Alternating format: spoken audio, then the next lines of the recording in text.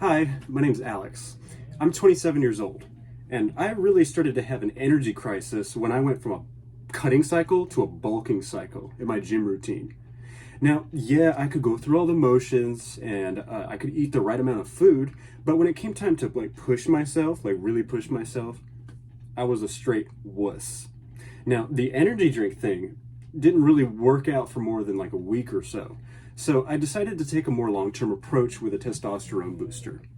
I tried a bunch of them out and landed on Honey Fudge T-Booster.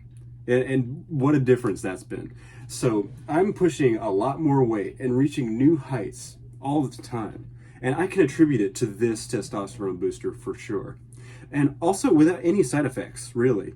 The other testosterone boosters that I tried really had some weird side effects, but that's why I settled on Honey Fudge, because they were basically non-existent. So I think I'm going to be purchasing this one for a long time to come.